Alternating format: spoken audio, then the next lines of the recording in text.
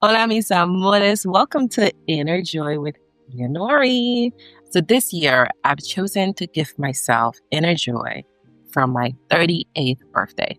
It's a tradition that I started a few years ago where I will give myself something the money couldn't buy.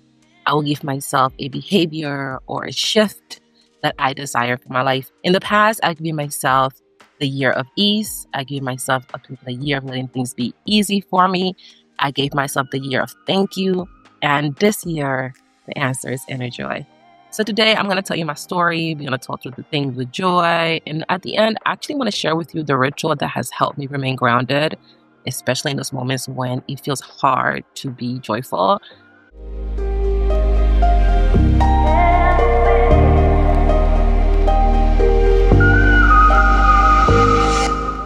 I began my experience with inner joy, or my journey with inner joy, back in 2016.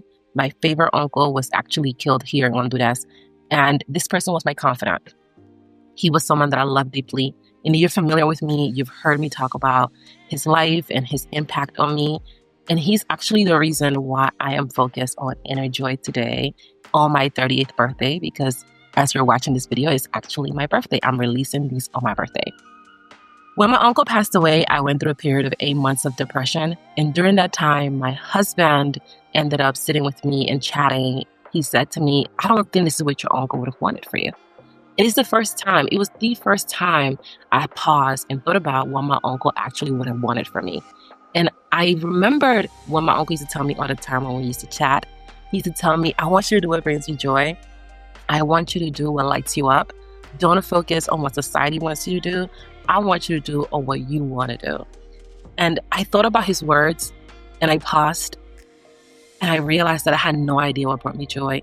I had been so caught up on being the person that checked the boxes of success, checked the career, checked the degree, checked the apartment, looking at the city, checked the role as a director of communications and membership relations, working for an association around the corner from the White House. I was just checking these boxes of success that I didn't consider that I had climbed the ladder of what I thought success was, and I didn't enjoy the view. And that's when I knew I had to change. And that's what began this process of me diving deeper into what joy means to me and discovering that it wasn't something that I had to go find out there. It was something that was always in me, waiting to be recognized, waiting to emerge.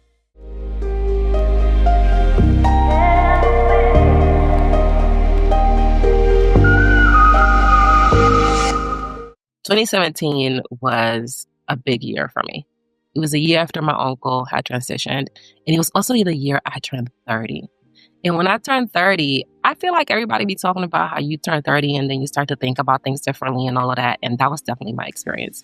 When I turned 30, I began to look at myself differently. I began to ask questions of myself, and I feel like because I had gone through this period of depression after my uncle passed, I had a lot of time where I was sitting in the dark side of my emotions and my thoughts and my feelings. And what my 30th did was refresh me. For my 30th birthday, I actually ended up going to Spain. My husband took me to Madrid and took me to London. And I spent some time with my nephew, who I hadn't seen in almost 15 to 17 years. So it was very refreshing to turn 30. And I started to change the way I looked at everything. This is actually my journal from 2017, and this is fresh off of 30. I want to share with you a line that speaks to me, and I wrote this on October 29th, 2017. "My outlook on life has changed. Now I'm starting to wonder, what would happen if I did what I wanted to do from the beginning?" I actually want you to sit with that question for yourself. Like, what would happen if you did what you wanted to do from the beginning? How would that feel? How would that change your life, your reality? Take a moment, and if you feel called to pause this video and take out your journal and start journaling, please do that. And if you decide to continue with me, let's talk about this. When I wrote this on my journal, I was going through a period of time where I didn't feel enough. I feel like I was always looking for the next achievement, the next uh, accomplishment to give me some dopamine, to give me some feeling that, yes, you are worthy, you are good enough, you got this. I had done all the things. I had the husband, I had the apartment, I had the career, I was making the money, and I was deeply miserable. And then I felt bad about it because I felt like I should be enjoying this life. People say success brings you joy, and here I am living the life of success and I don't feel the joy. What's the problem? This is where I was. This is what I was thinking when I decided that things had to change. When I decided that the outlook I had on life wasn't working for me and that I had to shift it. So I decided to change because I realized that I was tired of feeling sick and tired. I was tired of feeling like I was living a life that didn't feel like mine. I was tired of living like I was constantly looking to live up to other people's expectations. I was tired of feeling like no matter what I did, it was never enough. It was never sufficient. And I was tired of pushing myself to be someone I wasn't. I actually feel like that is the number one reason why so many Black women leaders have a difficult time staying in their joy. It's because it's easier for them to be something than they're not, instead of embodying and being who they desire to be. It is uncomfortable to live a life that's focused on joy. That is a discomfort that comes like this, intrinsically connected with being joyful. The more joyful you are with yourself and how you live your life, the more discomfort you're going to feel because it means going against the things that other people feel are the right things to do. And that's the trade that I've made, is be willing to say yes to myself and no to those people, no to their beliefs, no to their desires for me, and yes to what I desire for me. And that can feel really difficult, especially when you have learned to people please, something that I learned. When you have learned to be a perfectionist, something that I've learned. When you have learned that other people come before you. I'm part of the Garifuna culture, and I was born in Honduras. And in both of those spaces, other people come before you. Your family comes before you. Your kids come before you. Your partner comes before you. It's never you coming first. So going from that mindset to where I am now, it's been a process, and it's a process that's required that I'm willing to be uncomfortable. Now I'm entering 40. I'm knocking on 40's door. I'm turning 38 this year. And I feel like it's the right time to give myself that inner joy because when I began this process, I thought that inner joy, even though it's called inner joy, I think at the time I was referring to it as joy. Joy lives outside of me. I thought the joy was over there. So I was looking for it over there. I was looking for it in a smaller jean size. I was looking for it in weight loss. I was looking for it in food. I was looking for it in love. I was looking for it in sex. I was looking for it in achievements in my career. I was looking for it in achievements that my parents felt good about. I was just looking for it everywhere outside of myself. And what I realized was that that wasn't where I was going to find it. And at this point of the game, at this stage in my life, I know that joy doesn't live out there. The joy lives inside of me. And if I recognize it, then I can bring it to life and I can live it. And I desire this year of my life to be focused specifically on recognizing the ways that I am living a joyful life, I'm being a joyful being, and I am enjoying the experience I'm having as a human. And I'm letting that be enough for me. How amazing is that? Especially after spending years upon years looking for the perfect picture to feel good about my life, I feel ready and excited to simply recognize that the joy has always been in my life and giving myself the space to enjoy it. Because sometimes it can feel hard to enjoy the joy because of the discomfort associated with the joy, like we just talked about. At the end, I actually want to share with you the ritual that has helped me remain grounded, especially in those moments when it feels hard to be joyful, because it's not going to show up. Those moments are inevitable. And when they show up, it's not a punishment. It's not something bad. It's an opportunity. And I've had to learn this. I've chosen to learn this. It's an opportunity to see yourself clearly and to expand into a new version of yourself and to move through those challenges with a greater level of ease that you may have experienced before. And I feel that at 38, I've lived a little, I've learned some stuff, and I can share it. And it feels good.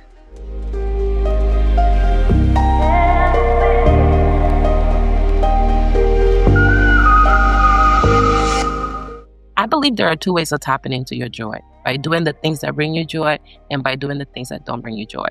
And when I began the process of diving deeper into my joy, I started with not doing things that didn't bring me joy because I had no idea what brought me joy. So I couldn't really start there. I started with the things that I knew for a fact I didn't like. Number one, I didn't like living in DC anymore.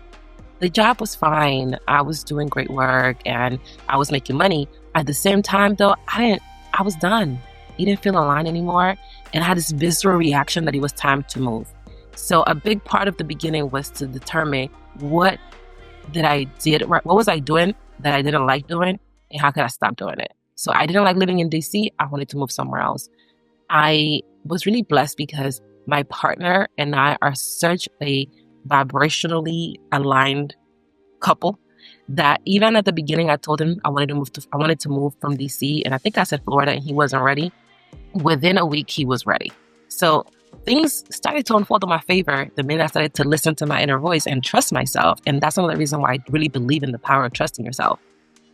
For a while, when I started to look at my joy, I was feeling very frustrated because I didn't know what was going on. And this is when I decided to go to therapy. I highly recommend therapy as someone that went through it and found it very helpful. If you have no concept or nothing, like, it's a great place to start. And I felt like I got a lot from my time with the therapist. Once that process was complete, I felt that I had outgrown the therapist or the style of therapy. And I think this is what someone would consider a setback because I kind of felt like I was stagnant. I felt like I wasn't making any more progress. And I'm the type of person that once I'm making progress, I want to keep my progress.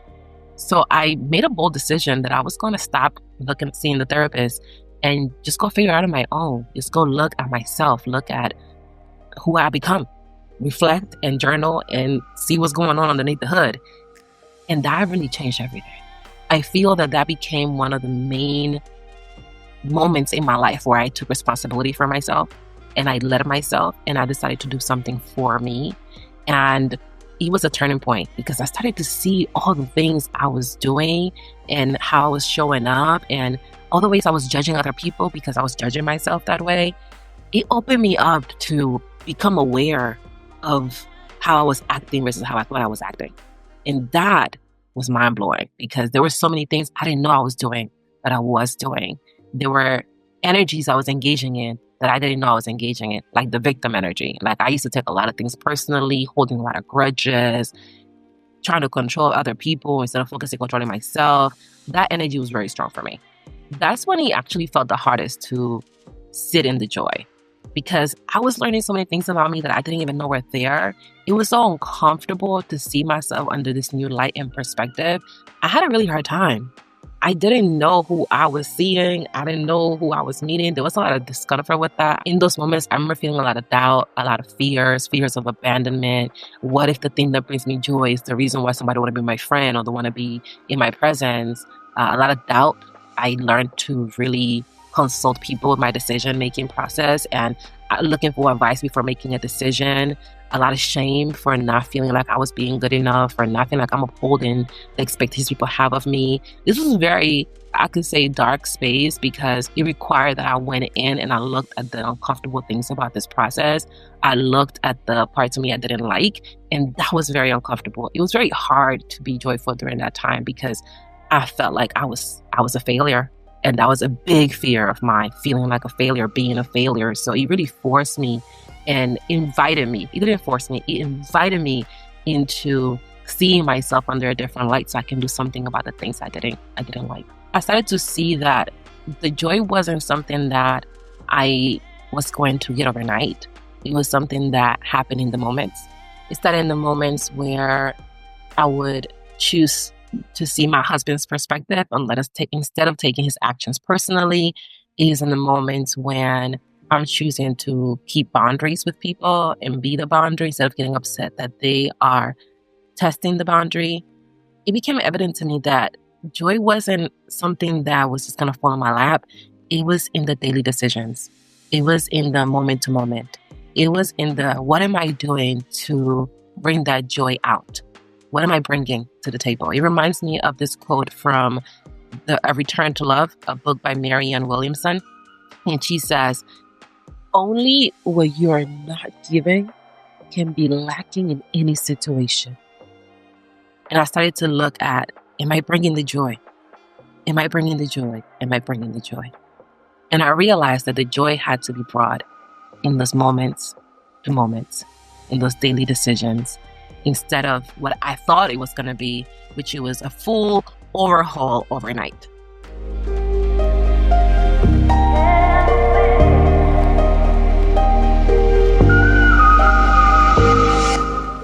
I feel like everything took another turn last year when I moved to Honduras, because I got to the place in my journey where I realized what brought me joy. I started to live what brought me joy. I normalized what brought me joy. And then I started to notice that I was having joy with an attitude. Hear me out. Having joy with an attitude means that you're doing the things that you like. Like, for example, when I was pregnant with my son, I was doing the thing I wanted to do. I was resting during my pregnancy because I had the space to rest during my pregnancy. And I'm grateful that I created that space. It was very intentional for me. And at the same time, I had a whole attitude because I just kept on thinking about, I can't work out, I can't go running, I can't play tennis. JP's getting better at tennis than I am. Being a pregnant person has all these things that are included with it. I don't feel well. I'm tired. I don't feel like myself. I was focused on all of those things. So I had a difficult time enjoying that first trimester because I was focused on all the things I didn't like about that trimester.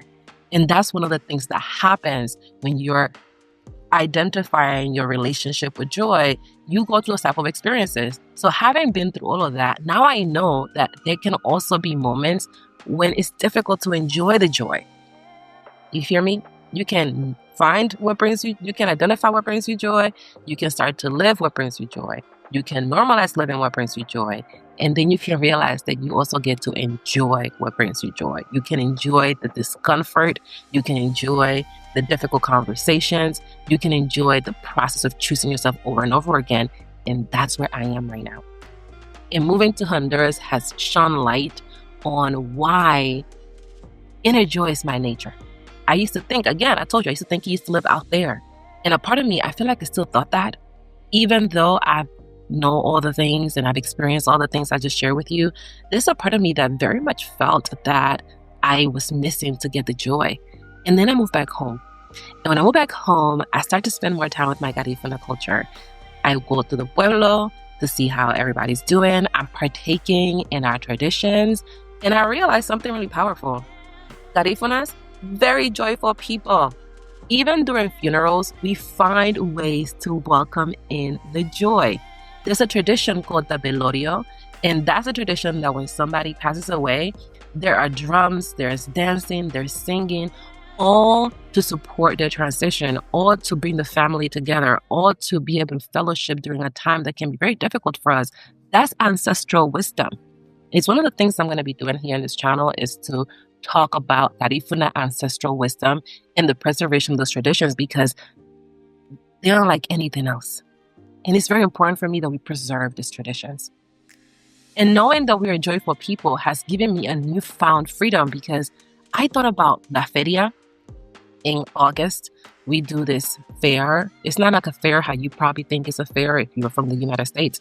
It's a fair that is like a week to 2 week long events that we do to bring the community together.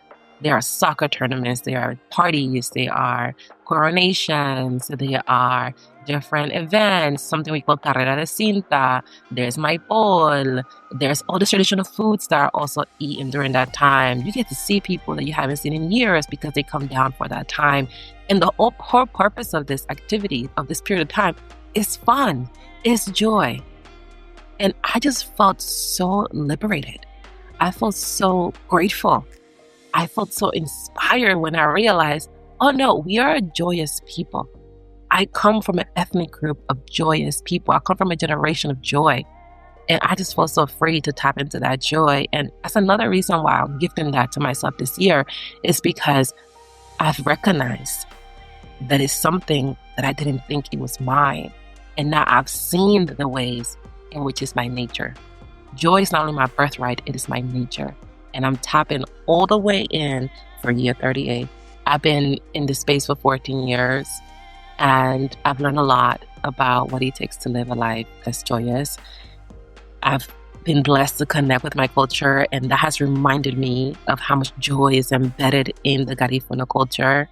And it's been truly a blessing for me in the over a decade I've spent doing this work and walking in this way, because this is not work to me. This is literally the way I've chosen to live my life. These are my values. This is how I move. If something don't bring me joy, I am not doing it. I literally had an opportunity this week that came up for me. Somebody offered me a role doing something, and my body was immediately like, no, this is a no. This doesn't feel good to us. And you know what? It's a no. I'm not doing that thing. In the past, I would have said yes because of money. And what I've learned is that that doesn't bring you joy. And I know somebody gonna be like, girl, it's better to cry in a Bentley than in the bus. I get it. I love a Bentley. And I also know that the true joy that we're seeking, the reason why the Bentley is so alluring is because it represents that we have something else inside of ourselves. It's the expansion of what's inside of me. And if I can learn to feel as good as I feel in a Bentley, anywhere, in the bus, then that's the true freedom. It doesn't depend on where I am and with who I am or what I'm wearing. It depends on who I'm being. And to me, that's what this is about. And I want to share with you a ritual that has been very helpful to me. One of the things I've been able to do with the past 14 years that I've been on my path is to document. I told you I'm a big journaler, so I document everything. And I've also had the opportunity to show other women leaders how to live a joyous life. I've walked them through my own processes because I've identified that there are rhythms, there are cycles, there are challenges, there are patterns that show up for us when we are living a joyous life and facing the discomfort that comes from living this life. And I've been able to create it and put it in a system. I call it the self-trust system. And the system is designed to support Black women leaders in living a life that takes their breath away, a life that feels truly joyful for them with ease and with flow. There is an indescribable feeling that overtakes your body when you trust yourself, when you make a decision and you feel good about it, when you say no to something and you know the person's not going to like it and you are at peace with how they feel about it. There is a feeling that emerges from your heart when, even though it feels scary, you say yes to a new mentor or yes to a new opportunity or yes to a bigger risk. There is something really powerful that happens, and I'm not able to describe it to you because I don't feel like I could do it justice. I feel like the best way is for you to experience it. And to be a joyful being is to be a being that trusts themselves. Self-trust and joy go hand in hand because to feel joyful requires that you trust yourself to make the decisions that are going to open the floodgates to that joy. And many of us are not willing to do that. And it's been my ability to be willing to do that that has allowed me to live a life that I enjoy, even when it's not easy. And it allows me to show you the ways in which that looks like, even when it's uncomfortable.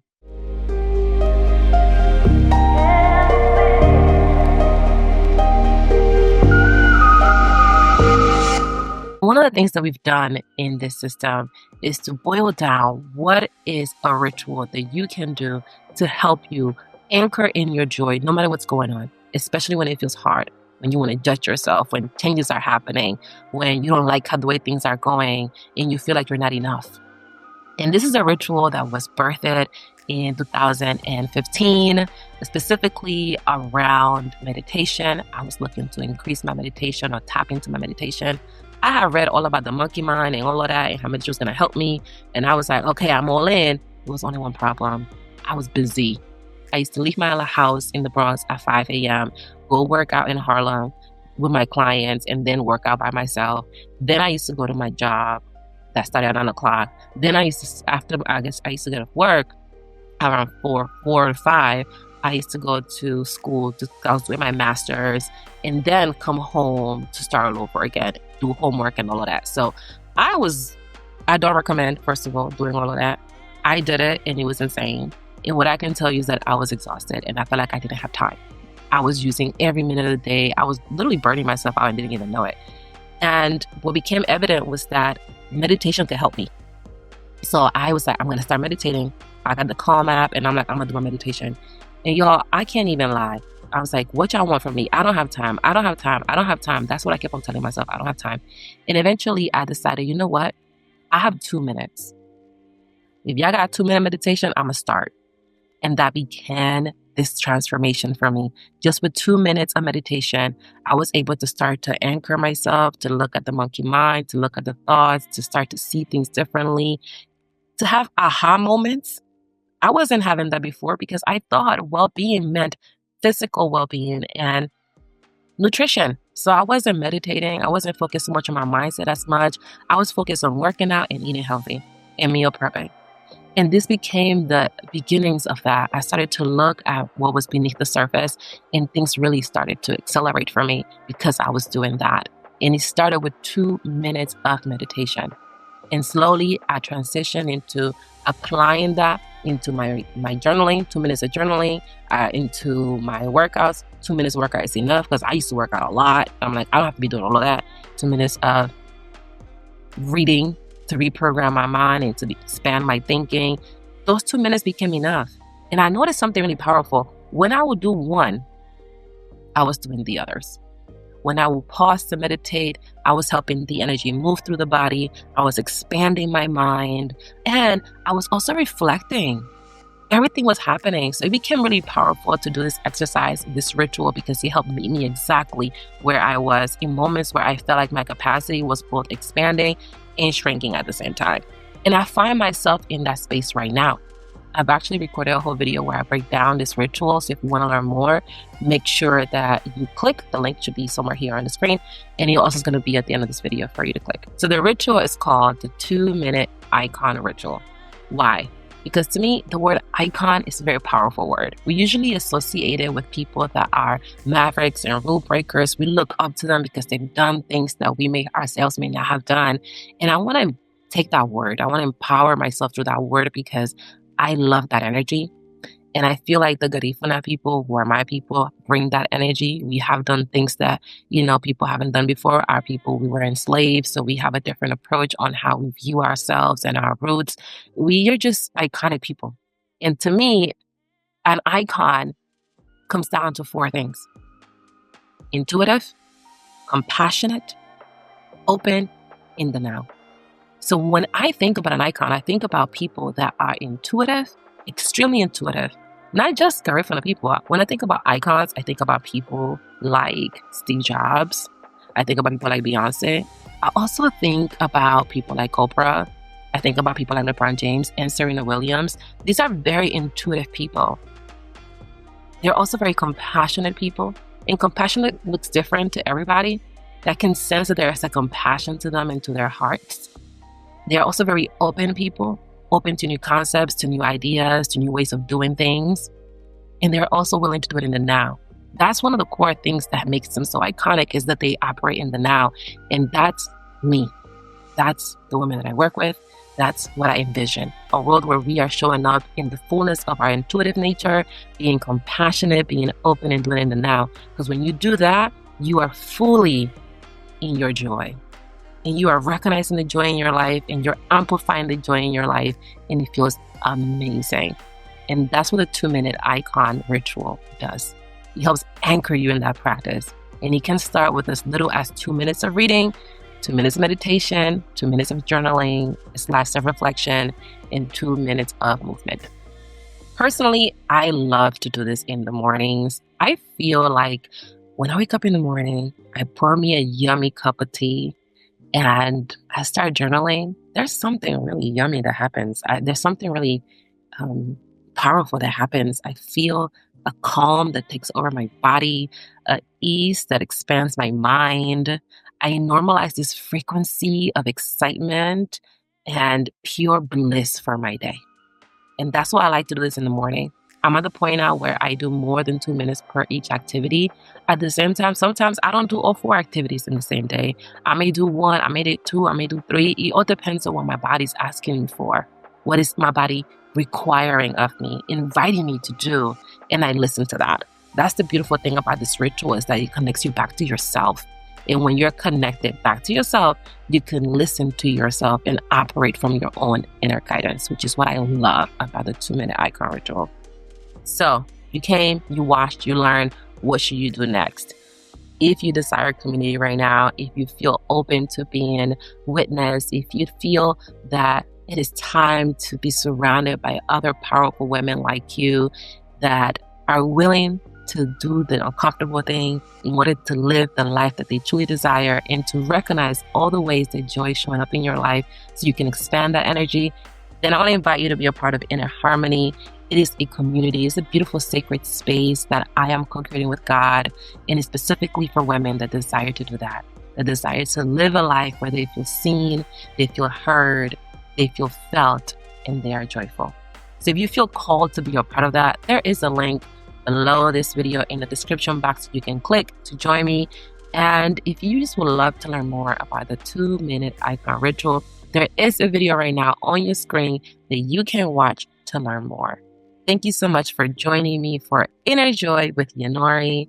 I look forward to seeing you next time. Have an amazing rest of your day, and hasta luego.